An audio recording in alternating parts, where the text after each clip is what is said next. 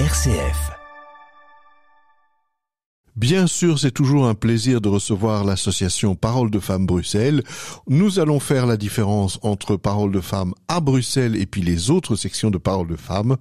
Mais tout d'abord, nous allons bien sûr présenter nos invités. Et je vais en parler avec Agnès Walti et puis leur invité de la prochaine conférence, Jordan Liénard. Agnès, bonjour. Bonjour Enzo. Alors Agnès, ce n'est pas né à Bruxelles, Paroles de Femmes. Alors non, Paroles de Femmes est née à Paris, à Saint-Germain-en-Laye, en 2014, donc va fêter son 30e anniversaire cette année. Alors évidemment, quand c'est arrivé à Bruxelles, vous avez gardé plus ou moins la même formule, mais qui est d'abord d'être à table en fait. Hein. On prend un petit déjeuner, on est à table, on va partager un repas. Alors on partage un petit déjeuner. À 9h du matin, on est accueillis par des hôtesses qui nous placent à table, qui nous accueillent autour d'un petit déjeuner. Et on entend ensuite, autour de ce petit déjeuner, pendant notre petit déjeuner, on a la chance d'avoir notre intervenant, notre conférencier. Et ensuite, on a un temps de partage.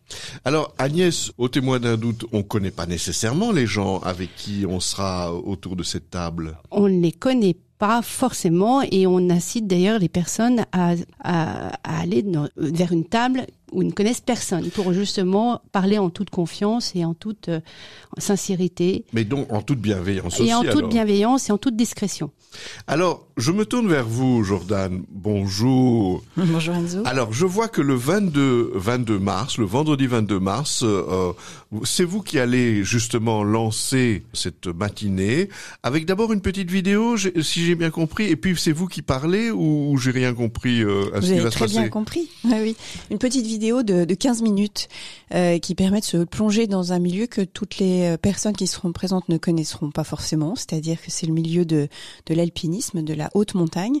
Donc je vais les emmener avec moi à 4000 mètres d'altitude et je vais essayer par cette vidéo de leur montrer un petit peu en quoi consistait le projet que j'ai mené pendant quelques années et qui m'a amené à quelques réflexions que je partagerai avec ces personnes. Mais justement, Jordan, évidemment, il y a l'effort physique, il y a le fait de monter en altitude, enfin, qui n'est pas à la portée de tout le monde.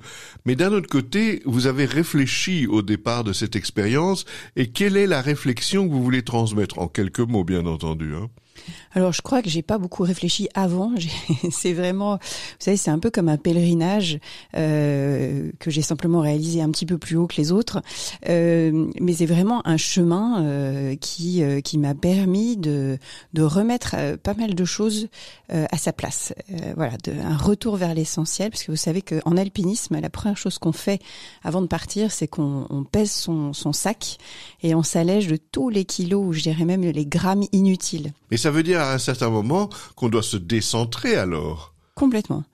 On se décentre et au fur et à mesure d'ailleurs de l'aventure, donc de la course comme on appelle dans notre jargon, on est obligé vraiment de laisser beaucoup de choses derrière nous. À la fois les réflexes qu'on peut avoir dans notre vie d'en bas et puis ce qu'on a aussi sur notre dos. On bouscule vraiment nos habitudes. On mange pas à heure fixe, on dort peu et on dort certainement pas à heure fixe non plus. On doit accepter un certain inconfort, même un grand inconfort. Mais tout ça nous permet de secouer un petit peu le pruneau pour en faire descendre les meilleurs fruits, quoi.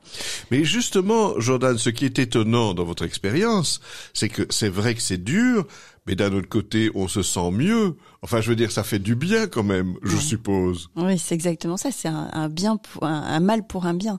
C'est-à-dire que oui, il y a un peu de souffrance dans l'alpinisme. Alors, je vous rassure quand même pas tout le temps, hein, sur des courses qui peuvent durer 2-3 jours. Heureusement qu'on n'est pas toujours en train de souffrir. D'abord, on se prépare énormément pour être bien là-haut.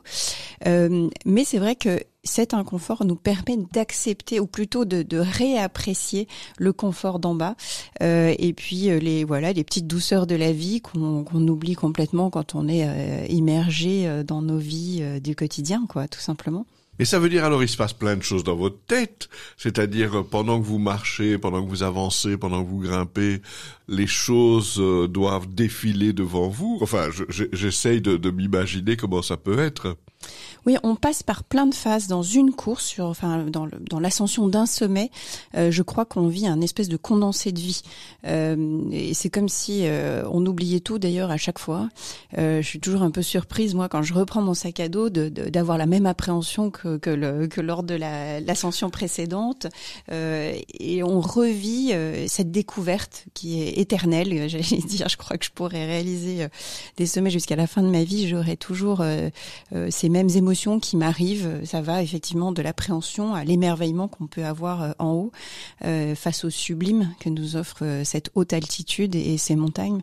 Donc oui, c'est beaucoup d'émotions. C'est un vrai voyage.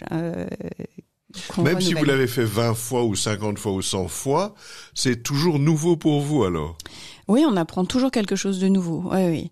D'abord parce que les obstacles ou les difficultés sont pas les mêmes. On n'est pas toujours avec la même personne, même si moi je pratique beaucoup l'alpinisme avec la même cordée, avec le même compagnon de cordée. Mais on peut être en cordée avec des gens différents. Et tout ça change énormément en fait l'alchimie qui peut se passer et l'apprentissage qu'on fera de cette expérience. Oui. Alors, je vois votre livre qui s'appelle L'appel des 4000 et je pense ça veut dire les 4000 mètres ou quelque chose du genre. Exactement. C'est un livre que vous avez écrit vous-même, mais quel est l'intérêt de venir à une réunion Parole de Femmes, à une conférence du matin, plutôt que de lire votre livre, ou bien est-ce qu'il faut avoir lu votre livre avant de venir à la conférence? Enfin, je ne sais pas comment vous le diriez. Non, je pense qu'il y a plein de façons de parler de ce que j'ai vécu pendant ces années, puisqu'effectivement l'appel des 4000 veut dire que j'ai été appelée, à un moment donné, je me suis sentie appelée à aller gravir tous les sommets de plus de 4000 mètres des Alpes. Et il y en a 82 dans les Alpes européennes qui sont réparties en Suisse, en Italie et en France. Donc ça, c'est un premier constat. Alors, le livre, c'est vraiment, je raconte toute cette expérience, tout ce qui s'est passé, et je parle de chacun des sommets, même si j'en parle pas avec toujours avec la même longueur dans le livre. Mais ça, c'est une chose. Et puis ensuite, avec Parole de Femmes, là, on m'a demandé de parler d'un sujet en particulier, qui est oser. Comment oser, pourquoi oser, quand oser, comment gagner un peu de confiance en soi pour s'autoriser également peut-être de grands projets. Et donc là, je vais vraiment aborder à travers mon projet, je dirais que le projet est presque un prétexte pour parler de cette question-là. Mais ça veut dire alors que si je suis, je ne sais pas, j'invente, si je suis très jeune et que j'ai pas encore l'âge de grimper au sommet, ou au contraire, si je suis très âgé et que je n'ai plus l'âge de faire plus de 4000 mètres, votre présence, votre conférence va quand même nous apprendre à nous dépasser? Alors, j'ai pas vraiment la prétention d'influencer à ce point-là les gens, mais j'ai remarqué là depuis que le livre est sorti, que le film aussi est sorti, puisqu'il y a un film de 52 minutes là qui est en train de tourner dans des festivals. Je me suis rendu compte en rencontrant des lecteurs et des auditeurs, que oui, on sème des petites choses, on sait pas très bien quoi, mais peut-être qu'on crée des petites étincelles dans la vie des gens. On sait jamais comment on va les influencer et il n'y a pas de volonté de moi de mettre tout le monde à l'alpinisme ou tout le monde en route, mais j'ai pu voir dernièrement une dame de 79 ans venir me voir après une dédicace dans une librairie et me dire écoutez, vous m'avez donné du peps et j'ai envie de repartir dans mes projets que j'avais un peu laissés de côté et ça me remplit de joie évidemment. Mais justement, ça veut dire qu'en fait, on n'est pas obligé, entre guillemets, de vous prendre comme modèle, de copier ce que vous avez fait. C'est-à-dire ce que vous transmettez, c'est une manière différente de se voir soi-même, alors que vous êtes la même personne qui est montée à 4000 mètres et qui est redescendue, pourrait-on dire. Oui, non, je pense que il y a une association dans les Alpes qui s'appelle À chacun son Everest. Donc j'aime bien cette phrase, cet appel aussi, c'est-à-dire qu'on n'est pas tous appelés à la même chose. Moi, c'était vraiment une conquête complètement inutile. Donc moi, j'invite plutôt les gens à aller conquérir des causes bien plus utiles que la mienne. En tout cas, si il y a une utilité à ces ascensions que j'ai pu réaliser, c'est vraiment peut-être de mettre d'autres femmes en route. Je parle des femmes en particulier parce que je pense qu'elles osent moins, alors qu'elles ont tout autant de talent que les hommes, mais elles osent probablement moins que les hommes. Voilà. Mais d'un autre côté, Jordan, quand vous regardez la nature, que vous montez, que vous voyez le ciel, que vous voyez, je sais pas, le sommet des montagnes, des arbres, des buissons, toutes sortes d'animaux. Ce contact avec la nature, ça doit quand même vous avoir influencé. Enfin, surtout si vous étiez quelqu'un qui venait de la plaine ou qui venait d'un endroit plus urbanisé, j'imagine. Complètement. En fait, le contact avec cette nature, avec le vivant, m'a, je dirais, changé de façon radicale. J'ai même eu besoin de lire à ce sujet parce que je comprenais pas très bien pourquoi je souffrais quand je rentrais, je revenais en ville. Il y avait comme une espèce d'agression de voir tout ce béton, enfin la pierre de partout, enfin vraiment quelque chose qui me dérangeait. C'était âpre pour moi de rentrer. Et donc j'ai commencé à lire effectivement tout un tas d'auteurs passionnants qui ont démontré ce que la nature, le verre, le vivant pouvait nous apporter du bonheur en fait. Ils l'ont mesuré par des expériences scientifiques et j'ai trouvé que c'était passionnant. Ça vous correspondait totalement. Complètement. Mais vraiment complètement. Et du coup, j'ai commencé même à vouloir cultiver en fait cette présence du vivant dans ma vie, même en ville, même si je le faisais déjà parce que je m'entraîne beaucoup, donc je vais courir tous les matins dans la forêt de Soignes ou dans le bois de la Cambre. Donc, je sais que maintenant j'ai besoin de ça, comme de respirer, de manger, de dormir. Voilà, je dois être au contact du verre, du vivant. Alors, on va terminer avec vous, Agnès, à nouveau. Le livre de Jordan Liénard, il sera disponible, j'imagine, là, sur une table à la sortie. Il sera en vente à l'issue de la conférence, donc disponible bien sûr pour tous ceux toutes celles qui voudront bien l'acheter. Et je leur conseille parce que moi je l'ai lu et il est formidable. On pourra même parler avec Jordan, j'imagine. Alors, à l'issue de la conférence, en fait, on n'en a pas parlé, mais on a une question qui sera distribuée autour des tables avec un moment de réflexion. Et chaque table pourra poser une question à Jordan donc il y aura un temps de questions-réponses. Et Jordan sera là pour Jordan à toutes ces questions. Ça y est. Et Jordan aura la gentillesse de dédicacer les livres à la sortie de la conférence. Très bien. Alors Agnès, je vous signale juste que le 22 mars c'est en plein dans le carême. Donc en fait, le thème de trouver son propre sommet, de sortir de soi et de se décentrer pour trouver le meilleur de lui-même, c'était particulièrement idéal. Je ne sais pas si votre équipe y a pensé. C'est une ascension vers Pâques. Eh ben justement. Et donc, je vous rappelle que avec Agnès Walti, nous avions le plaisir de vous parler de cette prochaine conférence de Paroles de Femmes, une conférence qui a lieu le vendredi 22 mars à partir de 9h, mais l'accueil est ouvert dès 8h45.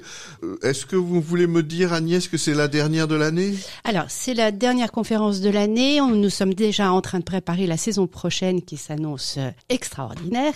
Et surtout, ce que je voulais ajouter, c'est que pour cette prochaine conférence du 22 mars, il est essentiel de s'inscrire sur le site.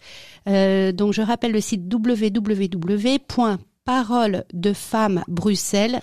Le tout au pluriel, .be. Voilà, le tout. .be, voilà. Pardon. Et on a un formulaire contact, donc s'il y a un souci d'inscription, n'hésitez pas à laisser un message et on vous recontacte tout de suite ensuite pour vous aider pour les inscriptions. Alors, je vous remercie beaucoup Agnès Walti de nous avoir permis de rencontrer Jordan Liénard et je vous rappelle son livre L'appel des 4000. Merci beaucoup Jordan et à bientôt. Merci Enzo. Merci Enzo.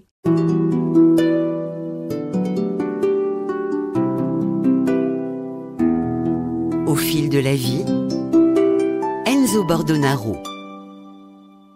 Ici Enzo Bordonaro, je reprends un peu la parole pour vous demander un retour, si vous avez le temps, de nous écrire une carte postale sur l'émission Au fil de la vie que vous venez d'entendre. N'hésitez pas à nous l'envoyer. Je vous rappelle l'adresse RCF Bruxelles, rue de la Linière 14 060 Bruxelles, parce que nous avons toujours besoin de retours, nous avons besoin de gens qui nous disent ce qu'ils aiment dans nos émissions ou ce qu'ils voudraient entendre. Je vous rappelle également que vous pouvez écouter nos émissions différées cette fois-ci, non seulement sur notre site rcf.be avec évidemment l'onglet de Bruxelles, mais aussi sur d'autres pages de réseaux sociaux comme Facebook, Instagram, LinkedIn, Spotify ou encore d'autres pages de réseaux sociaux. N'hésitez pas à nous laisser un message. À bientôt.